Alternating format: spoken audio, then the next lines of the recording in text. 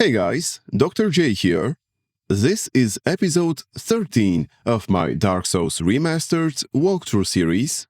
In this series, I will be defeating all of the enemies, collecting all of the items, and talking about the story and lore of the game. In this episode, we will be exploring the new Londo ruins. Okay, so before going down into the new Londo ruins, I'll place the transient curse in one of my quick-use slots. Using this item lets us actually hurt the ghosts inhabiting the new Londo ruins. The effect lasts for 5 minutes, but we can buy more from the female undead merchant and from another NPC we'll find in the new Londo ruins. The ghosts also drop transient curses when we kill them, and the area isn't very large, so it won't take long to fully explore it. Before we enter the ruins, we'll visit Rickert of Vinheim and give him the enchanted Ember we picked up in Darkroot Garden. He is the only blacksmith who can use it. Hey, hang on. Is that a sorcery Ember? I've never seen one like that. Not even back in Vinheim. What a brilliant flame. Please, friend, let me have that, I am begging you. I am a craftsman of Vinheim. I'd go hollow before I pass my flame like that. Oh, really? You are wonderful. I will forge a Rickert masterpiece just for you. A weapon to make a legend out of me.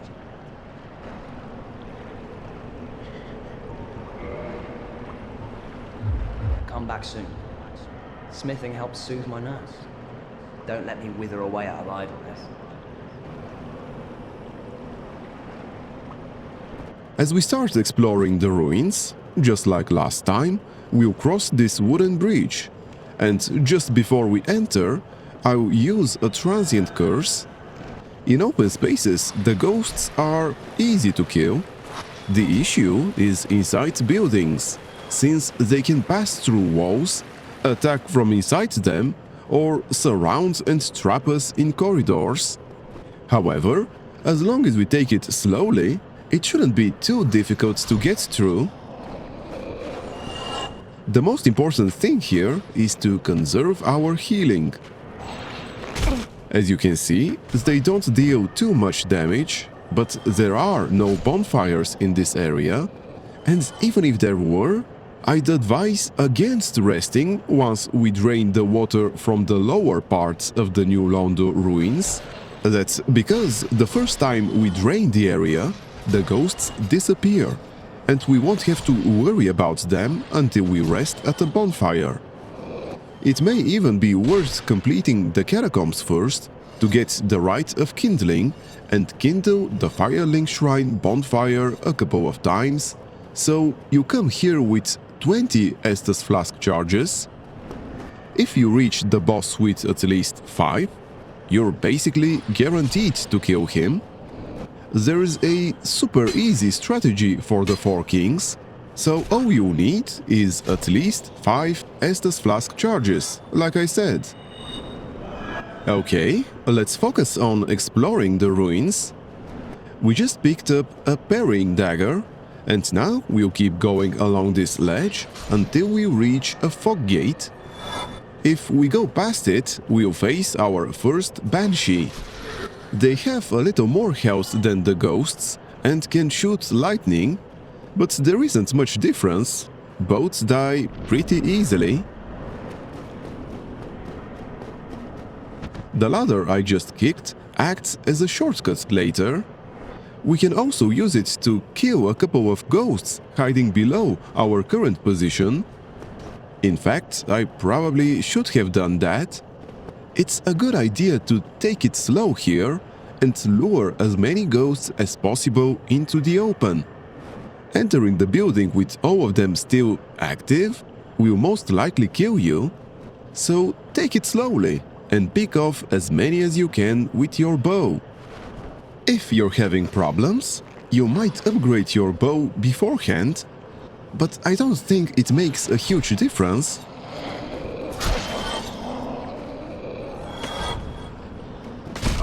That's one of the two ghosts below us I mentioned. There are a couple more in the water to the left. I'll spend some time killing them, so they don't bother me later.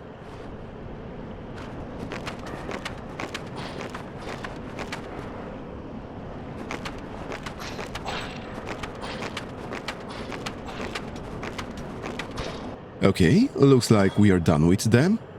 Now we should enter this building and then immediately go left and down the stairs. We'll pass the first doorway on our left and go through the second one first. We're about to get ambushed by a lot of ghosts. I probably should have taken this more slowly. Because of that, I almost got killed. The ghosts surrounded me completely and I barely managed to finish them before they finished me. But that was the most dangerous situation here. The rest is much easier. We can pick up the curse bite ring from this corpse and then go back up the stairs towards the entrance of the building. My transient curse ran out, so I reapplied it. Next, we'll go into this room to fight another banshee. That will aggro a couple more ghosts as well. They're extremely annoying while hovering out of weapon range. In those cases, it's best to use the bow. Anyway, there is a ladder inside the fireplace, but before we climb it, we should go through this corridor here. There is another item at the end, and another ghost, of course. When we try to go for the item, another ghost will try to attack us, but if we are quick enough, he shouldn't hit us, and once he aggroes, we can finally kill him.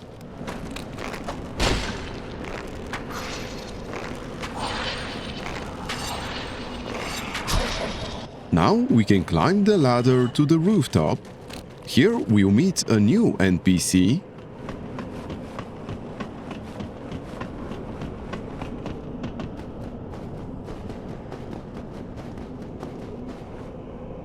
Well, this is a surprise. I get few visitors, save for ghosts. You have the Lord Vessel. Very impressive. I know exactly what your intentions are. You seek the four kings whom I guard over. This is the key to the seal. The four kings slumber in the deepest chamber of the ruins. Use this key to break the seal and open the floodgates. Oh, and do not forget, the Darkwraiths reside in a dark void called the Abyss. But the Abyss is no place for ordinary mortals. Although, long ago, the knight Artorias traversed the Abyss. If you can find him and learn from him, the Abyss may prove surmountable. Hello there. What is it? The key to the seal is now in your hands. I will help you in any way possible. Besides the key to the seal, Ingward also sells the Resist Curse sorcery, so we'll need to buy it from him for the Wisdom of a Sage achievement. Mark my words, the Darkwraiths are the enemies of man and any living thing that has a soul. They were never meant to roam again. Ingward also sells transient curses, and at a much cheaper price than the female undead merchant. We could have killed Ingward to get the key to the seal before we had the Lord Vessel, but we would still need the Covenant of Artorias ring to fight the four kings. Anyway, there are a couple more items we can collect before unlocking the seal and draining the lower parts of the new Londo ruins. There is a green titanite shard here. Then we should go up these stairs and pick up another itemized soul. Then go up another set of stairs that will lead us to a humanity.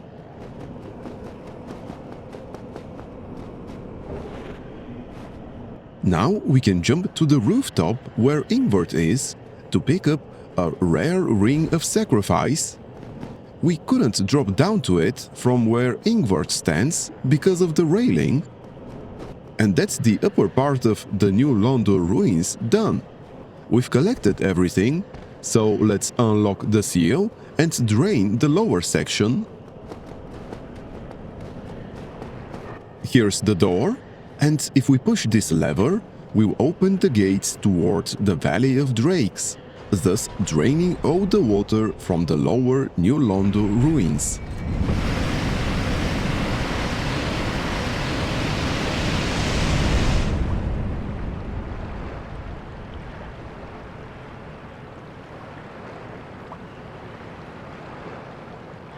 Actually, I lied earlier. There is one more item in the upper section. On a balcony overlooking the Valley of Drakes, we can find the composite bow. After collecting it, we should go back down to the seal and use the elevator to reach the lower ruins. The only enemies down here are several Darkwraiths and a couple of masses of souls. The masses of souls are easy to kill, but the Darkwraiths can be really dangerous. They deal a ton of damage, and if they catch you in a combo, they can easily kill you. The best way to handle them is, as usual, backstabs. A single backstab wasn't enough for me, but one follow-up hit should be plenty.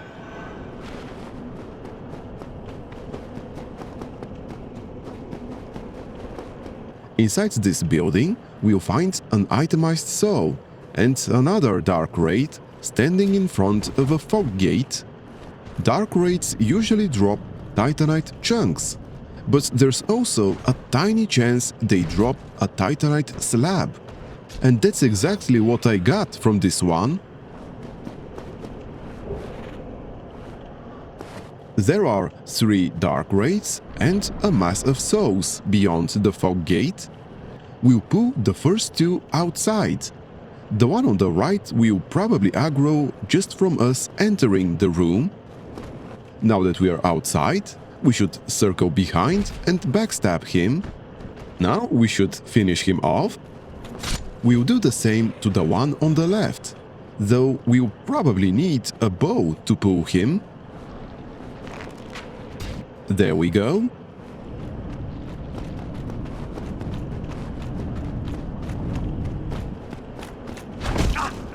Their thrust attack comes out a bit delayed, which makes dodging it tricky. Now that the second one is dead, we'll take care of the mass of souls.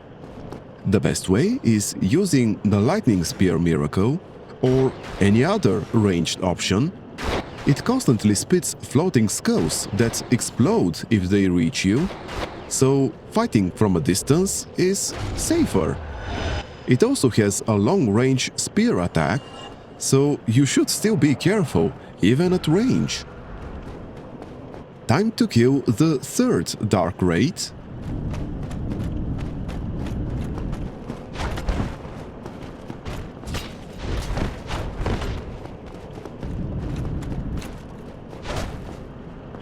And that's it. Darkwraiths also have a 1% chance to drop the Dark Hand, but we're going to receive that anyway by joining their Covenant. We do need it for the Knight's Honor achievement, but fortunately we won't have to farm it. There is an itemized soul here, and if we keep going along this ledge or corridor, not sure what to call it, we'll reach a staircase. On the next floor, there is a chest with the very large Ember. If we give it to Andre, we'll be able to upgrade regular weapons to +15. We're almost done with the new Londo ruins. Just a few items to collect and enemies to kill. We'll start with this Darkwraith here. Finally managed to dodge his thrust.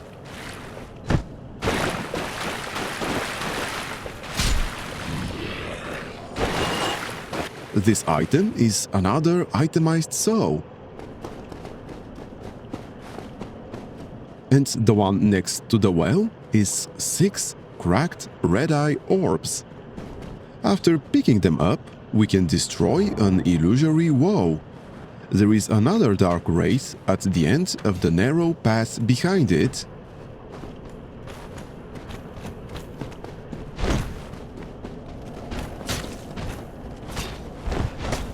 This one was stubborn and refused to open his bag.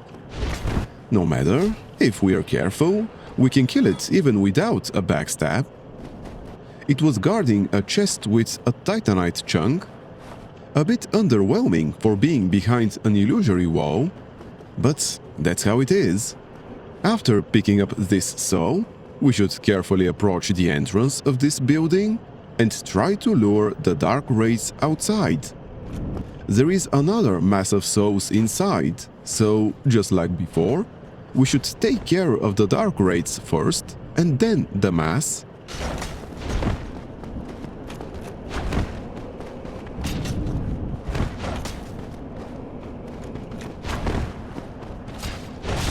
This one also refused to cooperate. Fortunately, I had enough heals left, so I didn't have to worry about the boss. The last enemies here are one more Darkwraith, and finally the Mass of Souls. That means we'll have 10 Estus Flask charges when we start the boss fight, which is more than enough. Okay, finally got the backstab. Now the only thing left is the Mass of Souls. If you want to conserve your lightning spears for the boss, you can just use a bow. It takes a while, but it's doable.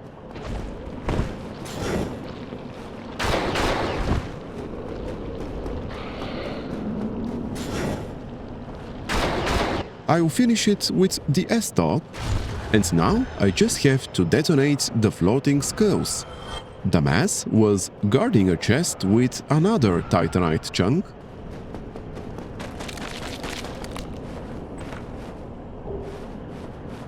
And we're done. The last item we can collect here is another itemized soul. After picking it up, we should return inside and exit through the door left of the Mass of Souls. After we exit, we can find the summoning sign of Witch Beatrice to the right of us, kind of hidden behind another building, but not hard to find. I won't summon her though, because that would actually make the fight harder. The easiest way to kill the boss is by equipping Havos armor set again. Staying in melee range of the 4 kings causes them to deal only minimal damage, so we can use Power Within and keep hitting them with our S-Talk. If I had conserved my lightning spears, the fight would be even quicker. But since I have plenty of Estus Flask charges, it's not whether I can win, just how long it takes. We'll be fighting the 4 kings one by one. As you can see, the damage they deal is minimal. The only attack that can really hurt us is the AoE explosion, but thanks to Havos armor's poise, we can just heal right after. That's the first of the 4 kings down, 3 more to go. There's the second one. Unfortunately, I didn't realize my weapon durability was low, so before the end of this fight, it starts breaking, which drastically reduces my damage. Again, since I had plenty of Estus Flask charges, it didn't matter, and I managed to finish the fight. But you should make sure your weapon has enough durability before starting. I'll stop narrating the fight, since there's nothing else to add. Instead, I'll explain what happens after. A bonfire and the primordial serpent Kaathe will appear. The first thing we should do is rest at the bonfire. This is extremely important, because when talking with Kaathe, we should ask him to take us to the kiln of the first flame. He wants us to place the Lord vessel there, but if we do that, we'll lose the services of the other primordial serpent, Frampt. That's not the end of the world, we won't lose any achievements, but it's still nice to be able to sell items to Frampt. So, instead of placing the Lord vessel, we are going to use a homeward bone to return to the bonfire in the abyss. Then we can talk to Kaathe again, and this time he'll offer us to join his covenant, the Darkwraith Covenant. We'll agree, unlocking another achievement, and he'll reward us with the Dark Hand, which is an interesting weapon that can siphon humanity from certain NPCs. And we're going to abuse that later. Since we have a bit more time until the fight ends, I'd like to talk a bit about the lore of the Four Kings. Originally, they were 4 humans left by Lord Gwyn to rule New Londo. At some point, the primordial serpent Kaathe appeared and offered them the art of life drain. Because of that, they were corrupted and their knights became Darkwraiths. When that happened, Ingward and 2 others sealed and flooded New Londo. By the way, the Lord Soul Shard we received was given to them by Lord Gwyn when he asked them to rule New Londo. This will be explained shortly, but we'll need 3 more similar souls to fill the Lord vessel when we place it in the kiln of the first flame. Greetings, undead warrior. I am the primordial serpent, Darkstalker Kaathe. I can guide thee and illuminate the truth. The truth I shall share without sentiment. After the advent of fire, the ancient lords found the 3 souls, but your progenitor found a 4th, unique soul, the Dark Soul.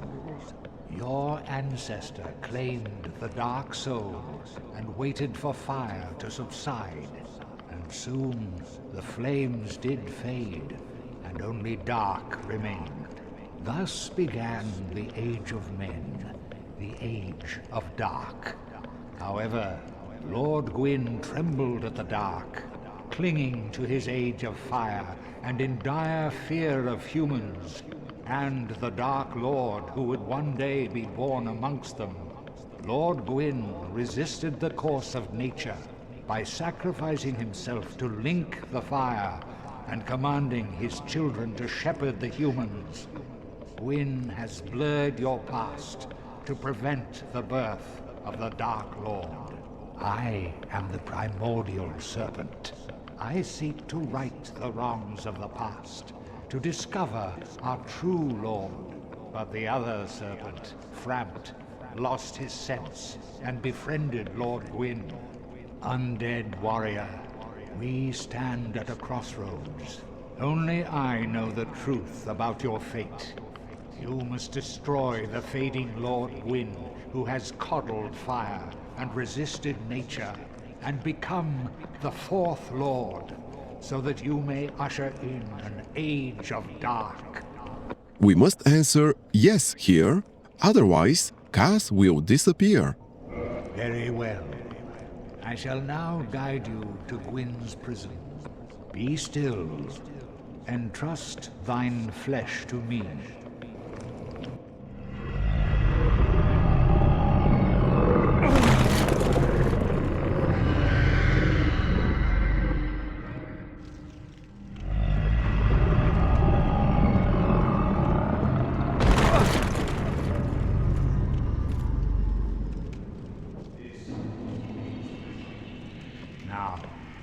Place the Lord vessel upon the altar.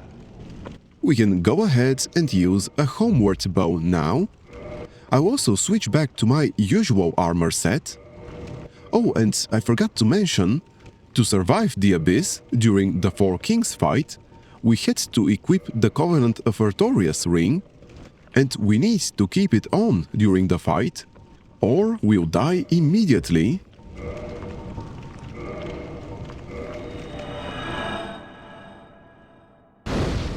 Now we can talk to Kaathe again and ask to join his Covenant.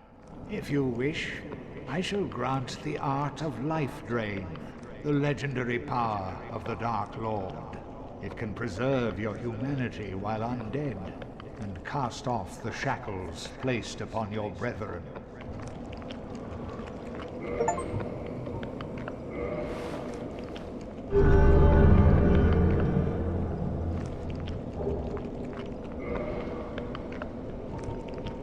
Undead warrior, to speak now is premature.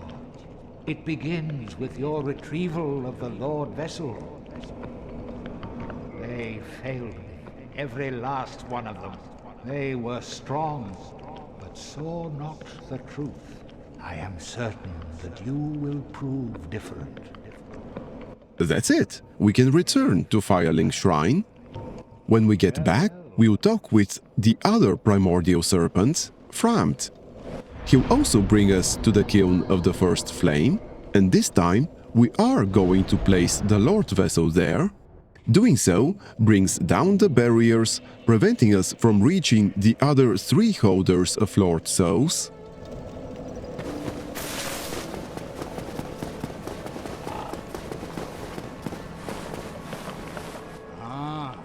Hello. Was it you who rang the Bell of Awakening?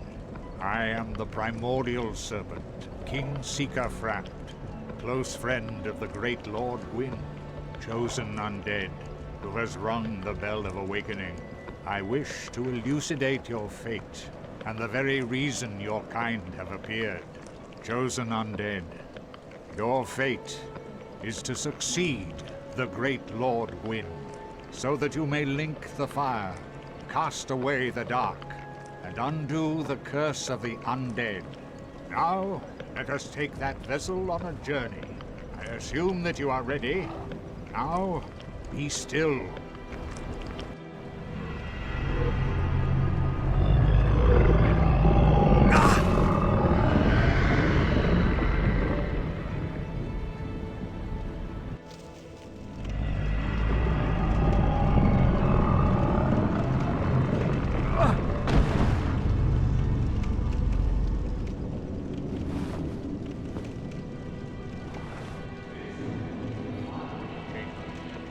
Successor of Lord Gwyn. Now, place the Lord Vessel on the altar.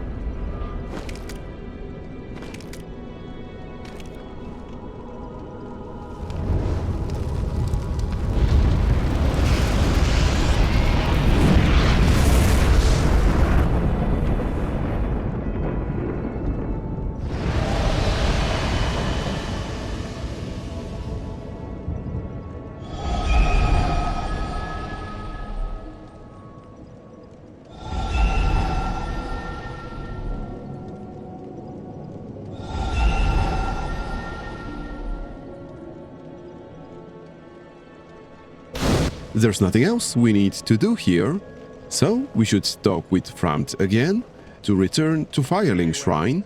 As King Seeker, I shall now instruct you, the Lord's successor, in your next task. To achieve your fate, fill the vessel with powerful souls, commensurate to the great soul of Gwyn. Scarce few possess such brilliant souls. Grave Lord Nito, the Witch of Izalith, the 4 kings of New Londo, who inherited the shards of Gwyn's soul, and Lord Gwyn's former confidant, Seath, the Scaleless. All of their souls are required to satiate the Lord Vessel. Are you ready? Then we shall return. Stay still for a moment.